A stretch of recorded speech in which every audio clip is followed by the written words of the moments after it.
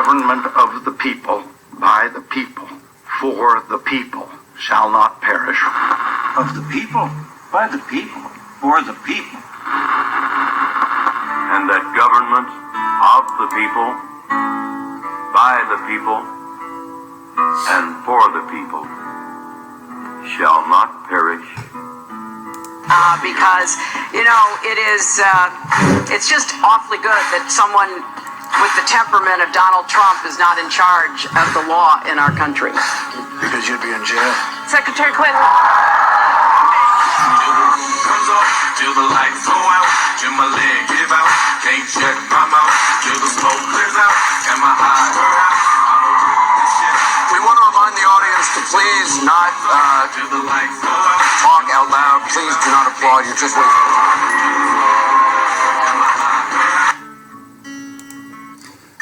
Friday evening, everybody. Chris McDonald, Mac Files, number 35, coming to you from down south this evening. So good to see everybody on this Friday night. Got a lot to talk about. I just love that opening, folks. That is the line of the universe, line of the decade. You would be in jail.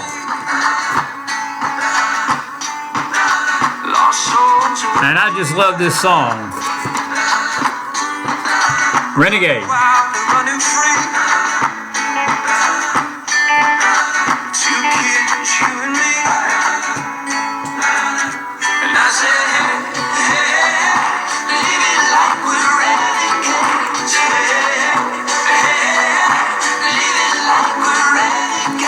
Living like we're renegades, folks. 4 days to this election. Count them, just 4. Saturday, Sunday, Monday. And then we go to the voting polls Tuesday, November the 8th, and elect either one of these two individuals you see in this picture tonight, folks, Donald J. Trump or Hillary J. Clinton. We're going to not keep you long tonight. We're going to get this short and sweet and get it over with. Got a few videos we want to play for you. We want to talk about the subject matter, though. In the face of great evil, good people must fight tonight, and that is what is at stake in this country and at stake in this election. And I just want to make a few opening remarks, and then we're going to get into this video with a couple of FBI people that are talking about the email scandal. Folks, we have got a developing situation today that has been over the internet. More WikiLeaks have come out, and there's been a revelation that John Podesta, her campaign manager, Hillary's campaign manager, has been involved over the last year in some occultic practices known as spirit cooking. And while we don't want to get in all the graphic details, we're going to listen to a video about that in just a second. But it just speaks to folks of the evil and the wickedness that is about to envelop this country very quickly if we don't make the right choice on Tuesday. I want to talk first of all to the Christian community tonight, because to be frank with you, in addressing and really summing up this election, you all that are out there that call yourself Christian and consider yourself Christian, you all really will hold the key to this election come Tuesday. And the reason I say that is that last election cycle in 2012, nearly 25 million of us did not vote.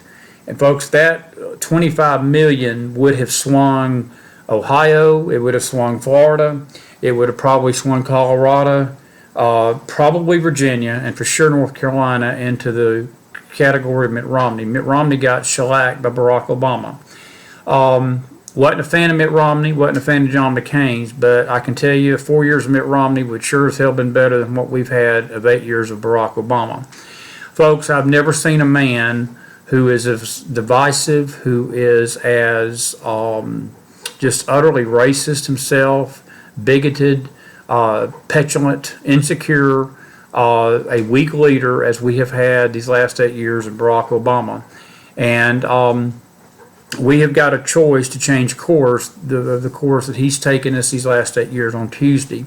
And yeah, granted, we're not going to have a perfect candidate in Donald Trump. I know that. I don't think that any of us in our right minds believe that Donald Trump is going to get into office in January and wave a magic wand and all of our problems here in America are going to go away. They will not.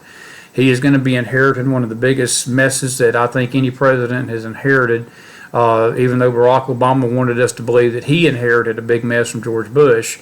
Bush had his problems, folks. Bush wasn't perfect. I didn't agree with everything George Bush did. There were two fundamental things, though, that I always will respect George Bush for. Number one being his actions after 9/11, how he led the country during those weeks and months following that tragic event in our country. He showed a very unique style of leadership, talking to the country, being there for us as a nation when we mourn the loss of nearly 3,000 people. I can only imagine what the country would have been like had Al Gore been in office during that time. But for whatever reason, the memory of 9/11 was erased quickly with the Iraq debacle in 2003. And I'm not trying to rehash the Bush presidency here tonight because I want to get on with what we really came here to talk about.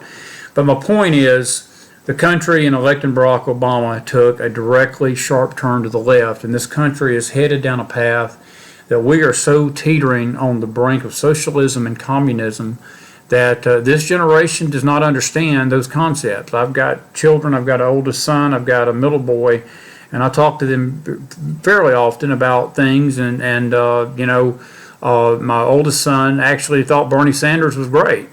And when I began to express to him what socialism really meant, he didn't even understand that. He said, I'd never heard that term before. And, if you think about it, a lot of our kids and a lot of these young people don't understand the dangers of that, and they don't know the history behind what happened in Nazi Germany and communist Russia and the totalitarian governments that were set up during that time. They all were ushered in by socialist governments. And folks, we're so close to that right now. But going back to the current president, he was out on the campaign trail yesterday basically accusing Donald Trump of being tied to the KKK and basically scaring black people into believing that if Trump is elected that he will embrace the ideology of the Ku Klux Klan. And let me give you a little history lesson, folks. We talked about this in a podcast weeks ago. The KKK was not a Republican organization. KKK was founded by the Democrats. It was basically the mob rule law to keep black voter suppression down in the 1800s and late 1800s, early 1900s. And that group had its roots in pro-slavery Democrats during the time of Lincoln. And for somehow or another, the history books have got rewritten to where people believe that the KKK is a Republican thing, and it's not. The Democrats are the ones that basically established it. But just to forget who established it, folks, to invoke the KKK into this debate about Donald Trump 4 days out shows you the division and shows you the divisive nature of our president. He's done nothing to help bring this country together. And as I look at Hillary Clinton and her rhetoric over the last week and the last months, folks, she's not going to bring the country together either. Will Donald Trump bring the country together? Probably not, because the people that hate him right now and are trying to destroy him and trying to keep him off of this presidential ticket and get him defeated on Tuesday will not give him a fair shake when he gets elected. And he's got a real shot tonight, folks. These polls are shifting. They're shifting very quickly. Right now, there are 5 states, Michigan, Colorado, New Hampshire, Virginia, and North Carolina. They are all tied in right now, and Florida, I should say 6. And so basically, in sports terms, that in basketball is a jump ball.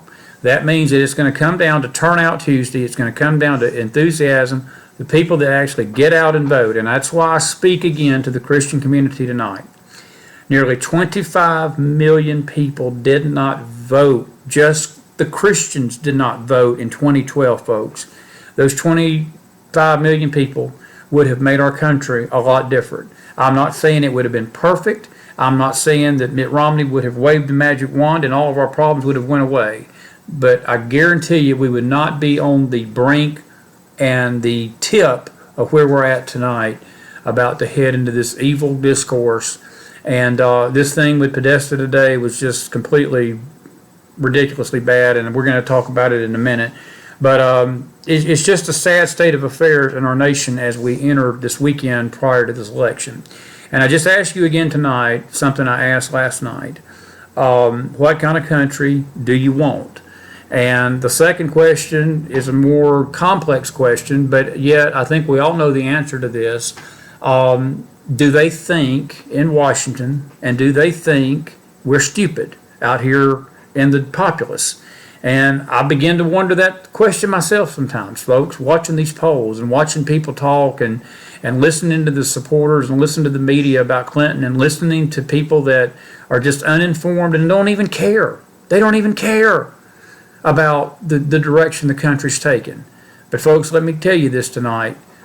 We better be caring very quickly, because we've got 4 days to go before this country makes a statement on which direction we want to take. And I know that the sky may not fall come Wednesday morning if Hillary Clinton is our next president, but it may. I know that the sky may not be rosy pink if Donald Trump's elected, but it may. We don't know that. But I will tell you, the ideology of these two are so completely different. We've never had a greater contrast in candidates, one that I really believe will take us on a path into more prosperity, more capitalism, and he will basically bulldoze over the establishment and drain the swamp in Washington of these special interests. And it will be a fresh start in Washington, D.C., both for the Republicans and the Democrats. If Hillary Clinton's elected, we're basically saying we want 4 more years of what we've had for the last 8. And that's really the choices ahead of us. I want to change screens on you here real quickly, and I want to come over here and I want to show you something that I believe, again, continues to be the real issue in this election. If nothing else, folks, and I'm speaking again to the Christian community tonight, killers of world history. I want you to look at this. This goes back into the hundreds of years, back to the Holocaust of 1930, goes back to Genghis Khan back in China in the 1800s, and then U.S. abortion since 1973. Look at this chart. The Holocaust cost the lives of 11 million people between 1937 and 1945. It was about an 8-year period where Hitler basically unleashed unspeakable evil upon the Jewish people. One man, folks, think about that. One man. One man. Let me just mention something about Nazi Germany that you may or may not know. Between 1920 and 1937, Germany experienced one of its greatest periods of prosperity that any nation probably in the world, Europe for that matter. It was called the Roaring Twenties. You can Google it. You can look at the history books. That's what we refer to it. The Roaring Twenties was because during that time, all of Europe and really the United States and the whole world experienced probably one of the greatest periods of prosperity in jobs, money, the Wall Street explosion. People were frolicking, they were partying, they were just having a ball, and with no idea. This was in between the First World War of 1917. In fact, coming up this next year, we will be celebrating the 100th year anniversary of World War I, if you can believe it. But the world was partying, and the world was so consumed with entertainment and so consumed with temporal things, and never thought for 1 second of the horrors that were coming just a decade later in the form of one man. One man unleashed unspeakable evil upon this earth that cost the lives of 11 million people that were Jewish. 6 million Jews, but basically there was 5 or 6 other million of gypsies, homosexuals. I mean, he unleashed anything that was not Aryan. Adolf Hitler said they must be exterminated. And that included the elderly, the sick and the elderly that the state decided that just were not even worth saving. They exterminated them. And they began to redefine life during that time in Nazi Germany, what was truly worth life and what was not life. And when they started making it more that the Jews were not even human, then it became easier for the German conscience to exterminate 6 million of them. I'm going to say something. I'm going to make some of you mad. Don't really care. But I was watching a special last night on the NFL Network after our Falcons beat the Bucks. Go Falcons. But it was about the life of Michael Vick. And Michael Vick was a quarterback in Atlanta. And I remember Michael Vick in Virginia Tech because our Florida State Seminoles defeated them in 1900 and I think it was 2000, I'm sorry. It was 99, I'm sorry. Year of 99 is January 2000 we played the game, but it was the 99 season. Michael Vick was a quarterback for Virginia Tech, and Florida State defeated them. And Michael Vick, though, despite the loss, came out of college as the number 1 pick in the draft, and the Falcons picked him as their quarterback in 2001. And had a very storied career there for about 6 years, I guess. 2007, got caught up in a dog killing ring up in Virginia, basically got arrested for killing pit bulls. And this was a very sick industry. I don't even know if call it an industry, but whatever. They would race the pit bulls. The pit bull didn't win. They would execute the dog, electrocute him. And went to prison for about 16 months over the killing of dogs, shedding the blood of dogs. And I was watching the special last night, and during the special, of course, the Falcons cut him, and he parted ways with Atlanta, and that's history. But he went to Philadelphia, and in this special, it was just mind-blowing to me to see the number of people that were protesting him playing again in the NFL with signs saying dog killer, murderer. I mean, the worst language that you could absolutely use over a man that was convicted for killing dogs. Now, this is my point, and this is something you need to think about tonight. This society has become so jaded, folks, and so callous that we have cared more for the shedding of the blood of dogs and animals than we care anymore about the shedding of blood of human beings. Do you understand that? Do you understand that we are more upset? We will carry a picket sign around and protest a black quarterback coming back into the league because he was a dog killer, and act like a bunch of orangutans and apes and screaming. One lady was on there crying. She was tearing up. And I just can't watch the NFL no more because Michael Vick is coming back. And what he did was despicable.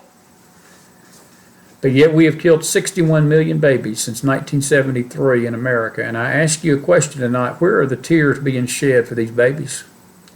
Is the same outcry from these people like PETA and all these women and all these men that are walking around carrying signs that were carrying signs back in 2007 and 2008 when the Philadelphia Eagles picked Vick and had him come back, and they were raising holy hell, and people to this day still, when they hear the name Michael Vick, that's the first thing out of their mouth. He's a dog killer.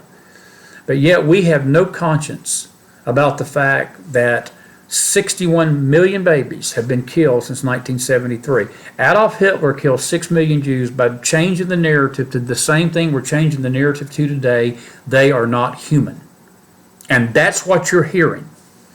That's what Hillary Clinton basically said in that last debate when they were talking about late-term abortion. And she got up there and she slammed her fist on that podium and she says, I will do everything I can to protect Planned Parenthood, which, folks, is nothing more than a glorified abortion clinic and an abortion assembly line. That's what they do. Don't let anybody kid you. Don't let the media kid you. That organization is not about women's health. That organization is about providing abortion on demand at your expense and mine, because American tax dollars are paying for it.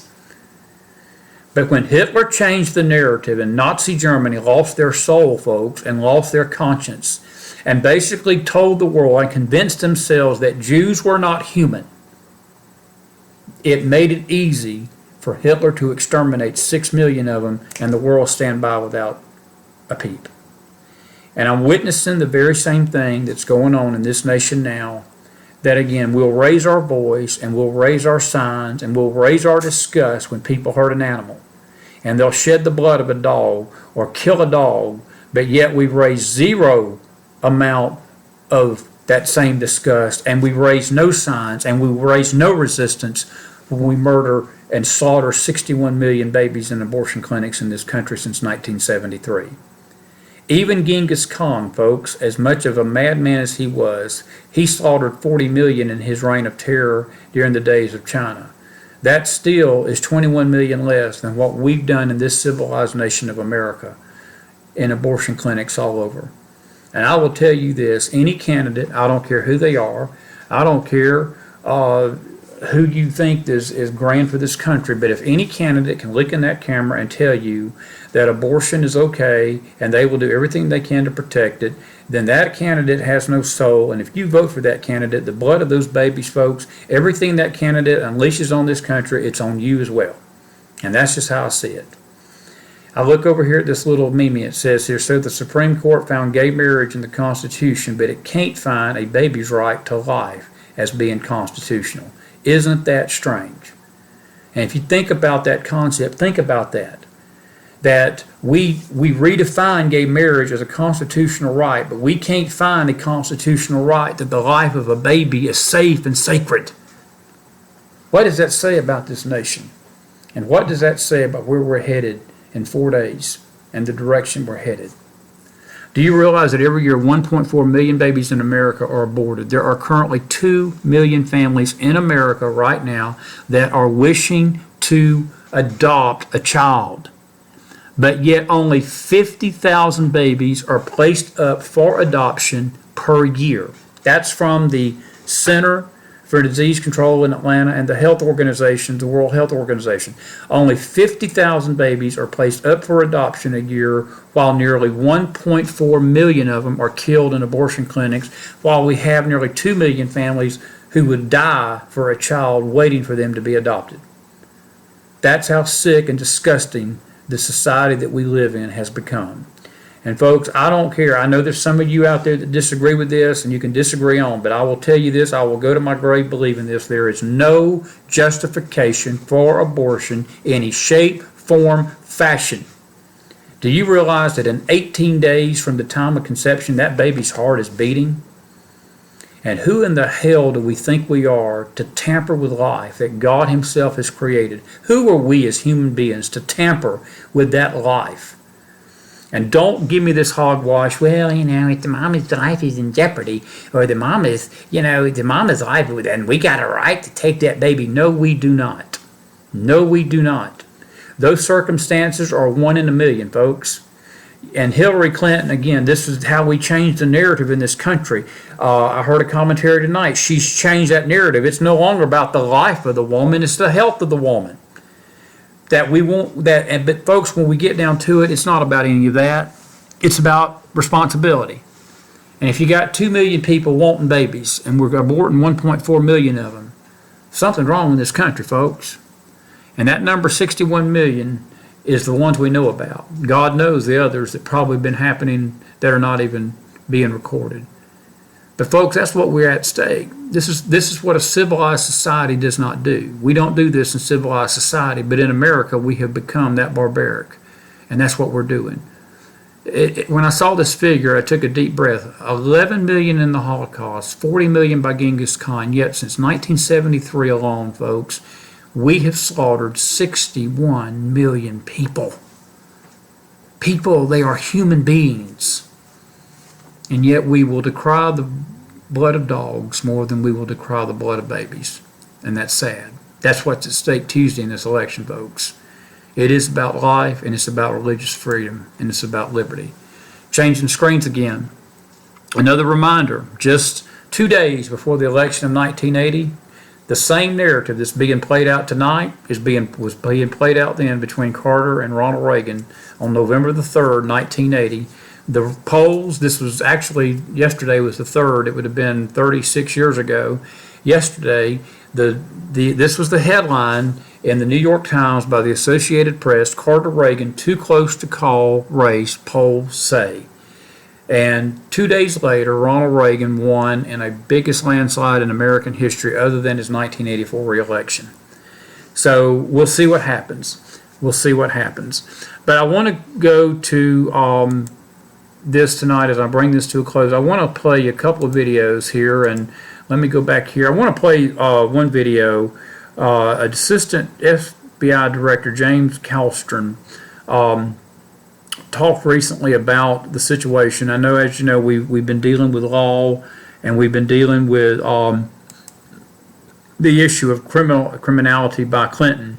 And this is what this FBI guy had to say about the whole situation. I want you to listen to what he has to say. It's a pretty good interview he did with Stuart Varney, and I'll let him do the talking for you. Reality in the Marine Corps and the FBI as the Director of Public Safety for the state of New York. You know, I've pretty much seen it all. And I have a low opinion of all politicians except for a few, particularly the Democrats and the Republican leadership. And this country is absolutely going in the wrong direction. 70% of the people want change. You're not going to get change with Hillary Clinton. This is the woman that lied to when she was on the Watergate staff. She lied about taking incoming fire over there in Bulgaria or someplace off the plane. She lied about being named after Sir Hillary, who didn't climb Mount Everest to 6 years after she was born. I mean, she's a pathological liar. And the Clinton Foundation is, could be investigated under the RICO laws of the United States. I mean, what they've done is just outrageous. So you are endorsing? I'm endorsing Donald Trump. I've known him for 40 years. I've never endorsed a candidate. He's a good human being. He's a generous person. He's got a big heart. He's done hundreds and hundreds of things for people, without fanfare. He's a good guy. He's a patriot of this country. And regardless of what he says, his acts show that he is not that person. Okay? He's been in this Hollywood crowd that talks like that. A lot of people talk like that, but he's not. He doesn't do these things. He's a good guy. I know his family from the time they were kids. Look at his children. Could you find a better family than he brought up in this country? He's a smart guy. He's a businessman. He'll turn the country around. Please, you women out there, if you want change, vote for Donald Trump. Put this other stuff aside. You're right. You don't mince words, do you? No, I don't. No, I can tell. All right, James, thanks very much for being with us. Thank you. We appreciate it. Your blood pressure's up, isn't it? Well, look, I'm not laughing. Our country's I like a man our democracy, with passion. our You've got it. Constitution is at stake. I mean, this is serious business. Yes. People say, why are you emotional? I'm emotional because the country is going down the tubes. Our culture is going down the tubes. Washington is full of liars and people that build their own little political fortresses. Folks, I hope you heard that. I hope you heard that passion in his voice. I felt a tug at my heart what he just said there at the end. What did he say? He said our democracy and our government and our country are at stake. The Constitution is at stake. And he said, I have to be emotional. And, I wonder out there tonight on this Friday night as we, again, are 4 days away from this election, how emotional have we become? And our podcast tonight basically is titled, In the Face of Great Evil, Good People Must Fight. Folks, if we want this country to survive, do you realize we have got to fight? We have got to fight for that. We have got to make a statement come Tuesday. We can't sit around and say, que sera, sera, no matter what happens, happens. Folks, we cannot do that. If we do, this nation is doomed, and we will not survive. We will not survive. We talked last night about the Clinton Foundation and how horrible this has become. And I don't want to get into all the other sordid messes, but I do want to play one of the video. This is actually Bret Baier last night on Fox, and he basically talked about the whole situation with Martha MacCallum, about really what's going on. It's about a 5-minute clip. I'm not going to play all of this, but I do want to play his take on it because Bret Baier is actually the one that broke the story with the FBI sources about what they're investigating and what's at stake. And after we play this, we're going to play one other quick video and we're going to call it a night. But I want you to listen to this by Bret Baier. And folks, I want you to remember the words of James Halpern that he just mentioned. He said, Stuart Varney said, your blood pressure's up, your emotions are high. And he began to choke up there, and it made me choke up a little bit. Because, folks, I feel the same passion. I feel the same concern for our country. He said our government and our Constitution and our nation's at stake. There are some of you I'm talking to right now. You've got grandkids out here. You've got kids. You've got boys and sons and daughters and grandsons and granddaughters that are little tots that are going to face a country. If this thing don't turn around soon, folks, God only knows what kind of nation they're going to have, what we're going to leave them. They're going to raise up and rebuke us in this next generation. They're going to rebuke this generation for letting this country get to the place where they're going to have to take on something that they're not prepared to take on right now. They don't understand the dangers of history and how we're about to repeat the horrible dangers and the horrible consequences of Nazi Germany and what path they took, rollicking and entertaining. And while I'm saying that, let me throw this in tonight. Hillary was at a Jay-Z concert, and he dropped the N-word and the F-word and all these F-bombs, and Hillary sit there and clap like a freaking orangutan. And folks, that's what kind of evil that we're facing. That's the kind of country that we're headed for. I'm not trying to judge the language, but I'm just telling you, that's the kind of country that we're about to embrace. It's entertaining. Everything's fun. Ha, ha, ha. And Germany did that without understanding that in 10 years, one man unleashed unspeakable evil upon this earth, and 55 million people were dead before we could blink an eye in 7 years in World War II. Listen to Bret Baier talk about what's going on with the FBI tonight and what's going on with the Clinton Foundation. It's worth listening to. A lot of news on this last evening. Brett, good morning to you. Good to have you with us this morning. I want to actually start by going back to Jim Comey's testimony in front of Congress after he did the press conference on July 5th of this past summer. He then said he wanted to further explain and go before Congress. Jason Chaffetz, the congressman, asked him a very pointed question, and I'd like to play that for everybody now. Did you look at the Clinton Foundation? I'm not going to comment on the existence or non-existence of any other investigations. Was the Clinton Foundation tied into this investigation? Yeah, I'm not going to answer that. We all remember that moment, Brett, and now we know that investigation was very much underway. Yeah, Martha, it never stopped, according to two sources intimately familiar with the inner workings of this investigation. Not only the classified email investigation headed up by the National Security Division, but the Clinton Foundation investigation headed up by the White Collar Crimes Division of Public Corruption. A couple of things. One is there is an internal battle inside, not only between the FBI and the DOJ over this investigation, but even inside the FBI. It was detailed in a Wall Street Journal piece today. We can confirm a lot of that. But I will tell you that for inside the investigation itself, there is a high confidence that they have a lot of evidence. The evidence continues, according to our sources, to come in every day, not just by WikiLeaks, but also by the other avenues that they are doing, multiple interviews several times, and also these new emails, Martha. You have the Anthony Weiner computer, and then we've confirmed, and Catherine Herridge has another source on this, that the Cheryl Mills and Heather Samuelson computers that were part of an immunity deal that originally were thought to have been destroyed by the FBI as part of that deal were never destroyed, and that they are now at the Washington field office of the FBI. So they have a lot of avenues to look for different elements of evidence. Okay. The FBI sources that you spoke with suggest that an indictment is likely. I want you to hear that, folks. An indictment is likely. Now, when does this indictment come? Your guess is as good as mine, but I will tell you this.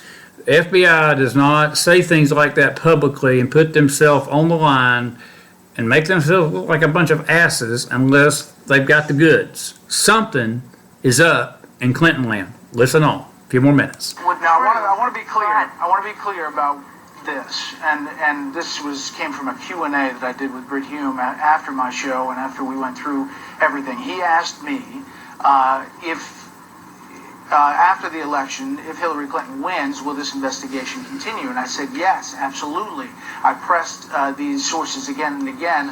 What would happen? I got to the end of that and said, they have a lot of evidence that would likely lead to an indictment, but that's inartfully answered. That's not the process. That's not how you do it.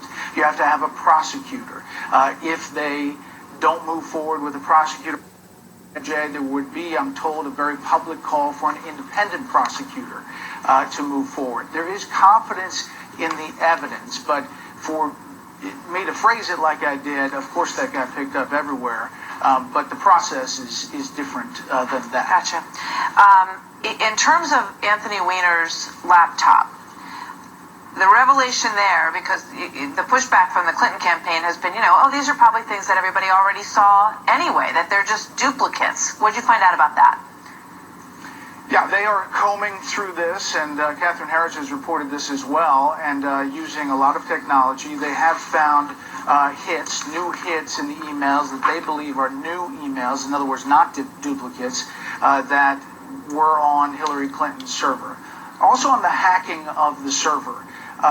That is interesting because there is a high confidence that foreign intelligence agencies, several of them, up to 5 actually, have managed to hack into that private server. And I want to stop it right there. He basically just repeats what we had last night, but we mentioned the 5 Nations folks that hacked into her server. That was, again, in that basement of her house. And folks, again, that puts you, the American public, that puts your children, that puts your grandchildren, that puts your brothers and your sisters, your husbands, your wives, your mothers and your daddies, your grandfathers and your grandmothers in great danger. When foreign governments can look into the national security secrets of a country because a Secretary of State sticks a freaking private server in a basement and conducts official business on it, knowing it's first illegal, but first and foremost, folks, it's dangerous. It's dangerous. And this twit with Blueberry in her hand, or Blackberry, or whatever that is that she's looking at, she wants to be your president and wants to be telling you that she's going to be a commander-in-chief that will be protecting you from all enemies, both foreign and domestic, when she can't even protect secrets on a homegrown server from 5 foreign entities. That's a proven fact. And I'm going to make one more comment, and I'm going to call this tonight. I'll save this other video for later because I've gone longer than I wanted to even go tonight. Something I heard today from the New York Police Department, source within the NYPD, said this, quote, "We have enough evidence from what we're investigating to put her away for life." And usually when you get sentenced to life in prison for things like this, folks, that is nothing short of high treason. And don't forget this. Don't forget this. We'll talk about this over the weekend. There's 2 investigations that are ongoing. The emails are one thing. That's, to me, that sort of pales to the Clinton Foundation, because the Clinton Foundation is the pay-for-play crime syndicate operation where money was paid to Bill and Hillary through speeches or favors or whatever. They gave money in the name of giving to charity, these countries did, and these individuals did, to the Clinton Foundation in the name of charity, but in exchange for the money, they got favors from the United States State Department while Hillary Clinton was Secretary of State. And God only knows what those favors were. And folks, I'm a South Georgia boy, grew up in South Georgia from Atlanta. You know, we call that bribery. We call that bribery. We call that extortion. We call that crookedness and criminality. And that is the one that wants to be your president come Tuesday. And I go back to my first thing tonight, folks, and I go back to my opening statement. In the face of great evil, good people must rise up and fight and fight. And on this Friday night, as we bring this to a close, on this 35th MacFile edition, it's hard to believe we've been doing them this long, but this is number 35. I ask you a question as we close this thing out tonight. What kind of country do you want? Are you willing to fight for it? Because freedom is never free. Saw a great movie tonight called Hacksaw Ridge. Tremendous movie. And I left the theater thinking in my heart, for those that don't love our country, for those that just don't care enough to go and participate in the politics and in the country, we spit in the face of these heroes that have paid the ultimate price for the freedom that you and I have. Folks, as I sit here in front of this computer tonight, being able to talk to you, that's a freedom. Me breathing air right now, me being a citizen and being free to express my opinion to you, that's part of our freedom. Those freedoms are on the brink of being erased. And Christians out there, if you foolishly think that if I don't go vote, that Hillary will leave me alone, and she won't make it hard on us Christians because we've backed her up, and she'll have our backs if she's elected. You're a fool. You're just a fool, folks. Because the forces that be that control Hillary Clinton do not like the fundamental Judeo-Christian principles of this country. And if they had their way, every single Christian and every person of faith, no matter what faith that is, would be eliminated. And Donald Trump has done nothing but promise to preserve that and to stand up for Christians and to stand up for pastors and to stand up for people of faith, that he promises that they will be more free to flow and religion to be free in this country. Your freedoms are at stake Tuesday, and I ask you a question: how hard are you willing to fight for them? And that's a wrap on a Friday night. I wanted to play a video, but it's getting late, and I need to get out of here. We'll play it over the weekend edition. Folks, we got 4 days to go. 4 days to go, and I just pray that if you haven't voted, that you're planning to vote Tuesday, November the 8th. We need you. We need you to have your voice heard in this country. One quick sports note: Bama's playing tomorrow against LSU. And for all my babies out there, roll Tide, baby. Roll Tide. I don't have my hat with me. I'll just have to use my hair and my hat. This is my Roll Tide hat for the night. But we do hope Alabama wins tomorrow. Rooting for them very heavily tomorrow. Guys, hope you have a great night. Godspeed. God bless. God bless America. 4 days, folks, till we fight for our country. Please, please, let's don't lose this battle. As we go out, we got to go out with the Trump life again, folks. Have a great night, everybody. Good night. Because, you know, it's just awfully good that someone with the temperament of Donald Trump is not in charge of the law in our country. Because you'd be in jail. Secretary Clinton. Comes up till the lights go out, till my leg give out, can't shut my mouth, till the smoke clears out, and my eyes are out. We want to remind the audience to please not talk out loud. Please do not applaud. You're just wasting.